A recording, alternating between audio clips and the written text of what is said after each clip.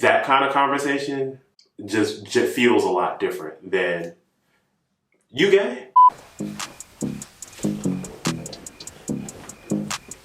What's up, man? Hey. What's good people? It's Pride Month, and I had the chance to get to know some really cool guys. It was, just watch. They try to tell you gay men are a monolith, but after hearing these stories, I don't know. It's just not adding up. Do you remember how old you were when you heard the word gay?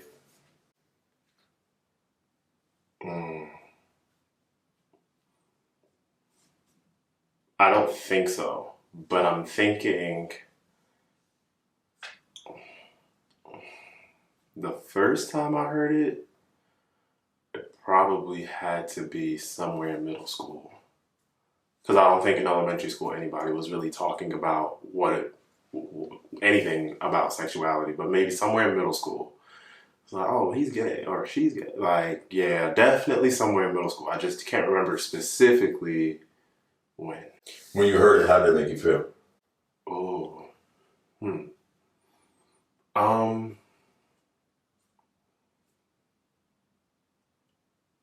It was always the thing, like, you don't want to be, right? Like, it was never used in a positive context. It was like, oh, I heard he's gay. And it's like, if somebody hears something about you, like, it's usually never associated with something positive. And so, like, I was just like, oh, I don't want to be that. Right? Don't want to be that. But I feel like that was also, like, very, very early on. Like, very early on. Yeah. So what did navigating your queerness look like as a young man?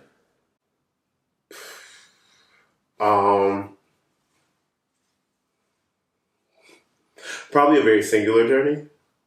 I think initially it was very like, okay, I don't want to be gay, right? But maybe somewhere like 8th or 9th grade, I started getting to this point where I was like, don't want to be gay, but I'm kind of gay. And so I think now, it was a very singular journey and just trying to find my own like comfort level with something that I thought was a negative thing. And so while in 8th grade, I was just like, seems like the thing not to be.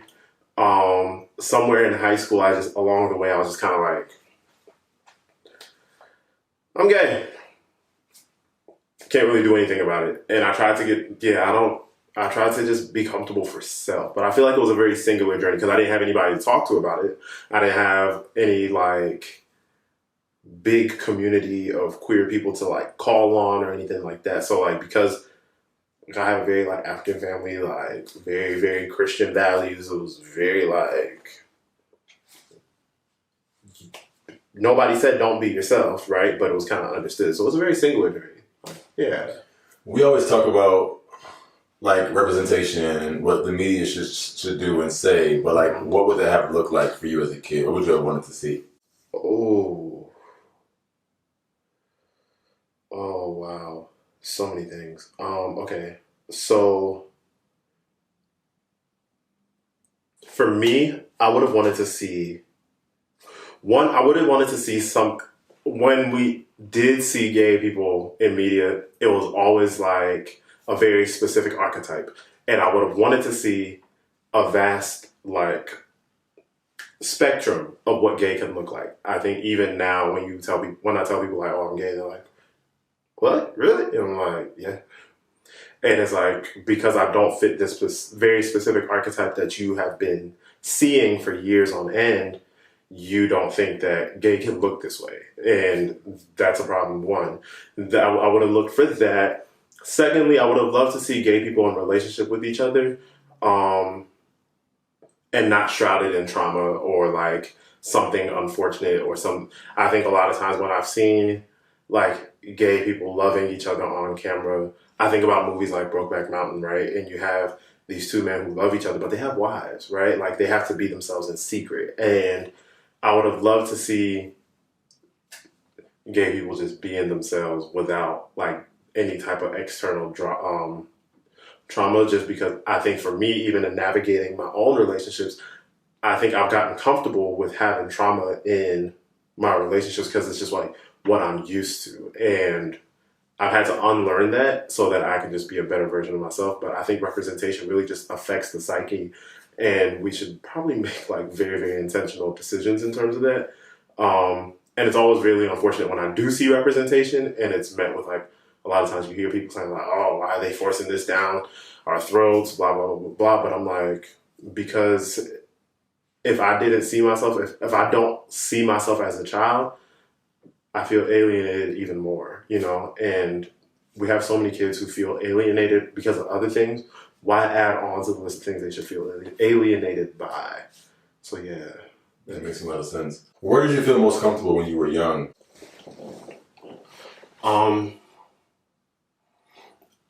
don't know that I had a place that I felt most comfortable when I was young. And it was probably, to be honest, if there was a place that I felt most comfortable, it was by myself. And it was by myself where I could just be myself without thinking about what somebody else was thinking of me, or being myself and not having to wonder how I show up in spaces, right? So like, I just by myself. And I think now as an adult, because of the community that I have, like the very microcosm, because like obviously like my community is not the entire world, right? But like I have such a great group of friends, and so like those are the spaces that I feel safe, and those are the spaces where I can feel like just being myself. And so I'm grateful for that. Now granted, I still enjoy, you know, doing my own thing, but it's just something that I didn't have growing up. So like being able to have that level of community these days is really, really, really impactful, positively impactful. Is your sexuality a thing you think about when embarking on relationships? Like friendships and relationships, all the things? Relationships. Now, no. Growing up, yes. So now, I think I have such a like diverse group of friends, and so because I have friends who are straight, I have friends who are queer, I have friends who are bi, I have, like whatever they identify as, I just see good in people. Because I've seen good in people no matter who they are in terms of sexuality. But growing up, although I got really comfortable with myself early, I was very like cognizant of like, what do people think?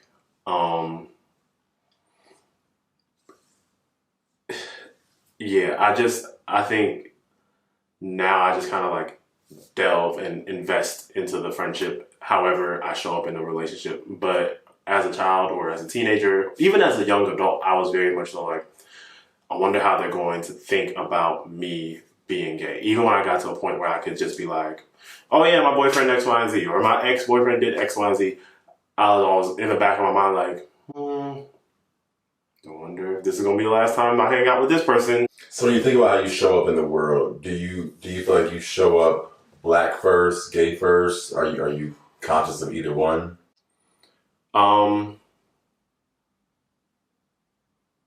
Today, I would say I show up as both equally. As a young adult, I would probably say I would have shown up Black first because I was uncomfortable with my gayness in terms of like initiating conversation about it. Although I would answer and like talk about it if asked, but like in terms of like initiating, like, ooh, Blackness, talk about all day long. But like today I can say like, I have no issue talking about my Blackness, my queerness. Like those things are very, very intertwined for me just because of the similarity in an experience. And so because of that, I think I show up as like both are equally important to me. Especially because both really impact my life greatly, right? Like it's not like my queerness impacts my life and Black is just kind of like, and it's not like Black is super thing and then queerness don't matter. Like both are extremely like big parts of my life. Do you think there's a way to ask someone if they're gay in like a respectful or with tact? Absolutely. I think, especially in high school more so, I had friends who would ask me, like, noticed X, Y, and Z, or, you know, it's high school. People talk like, heard you were gay. But the friends who asked me in high school never asked in the sense of making me feel judged as much as they asked from like genuine curiosity and wanting to be closer to me and not wanting to feel distant from me because they were genuine people who cared about me. I'm always grateful for those people just because like that was a wide, it was guys, it was girls, it was straight, gay, like it was a wide spectrum of people who were like genuine friends who truly cared. But there were people who asked out of just curiosity and we exchanged few words ever. I do think there's a way to ask, but more importantly, I think it's about the relationship you have with a person, right? Because if you don't have a relationship with a person, not to say that it's a secret, but what is your purpose in asking, right? And if you don't have a purpose in asking, why ask? So what would you tell teenage NK? You don't have to figure it all out by yourself. I figured a lot of things out by myself. Oh my gosh. I figured a lot of things out by myself. And because of that, like you asked me earlier and I said a very singular journey is what I had. And because I had to figure a lot of things out for myself because I didn't feel comfortable talking to my family. And there's only so much you can talk to friends who are the same age as you about. I needed guidance.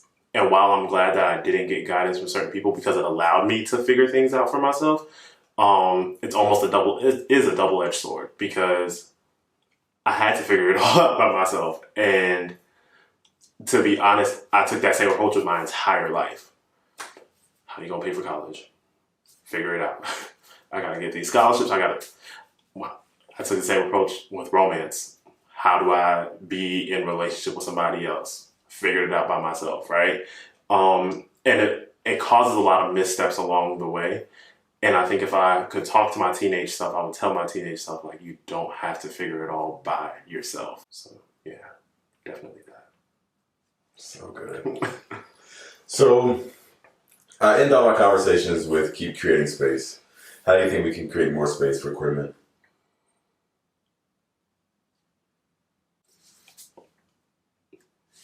Allow people to be. I meet a lot of men who are queer, who are at different points in their journey. But I think everybody is struggling to fit a specific mold.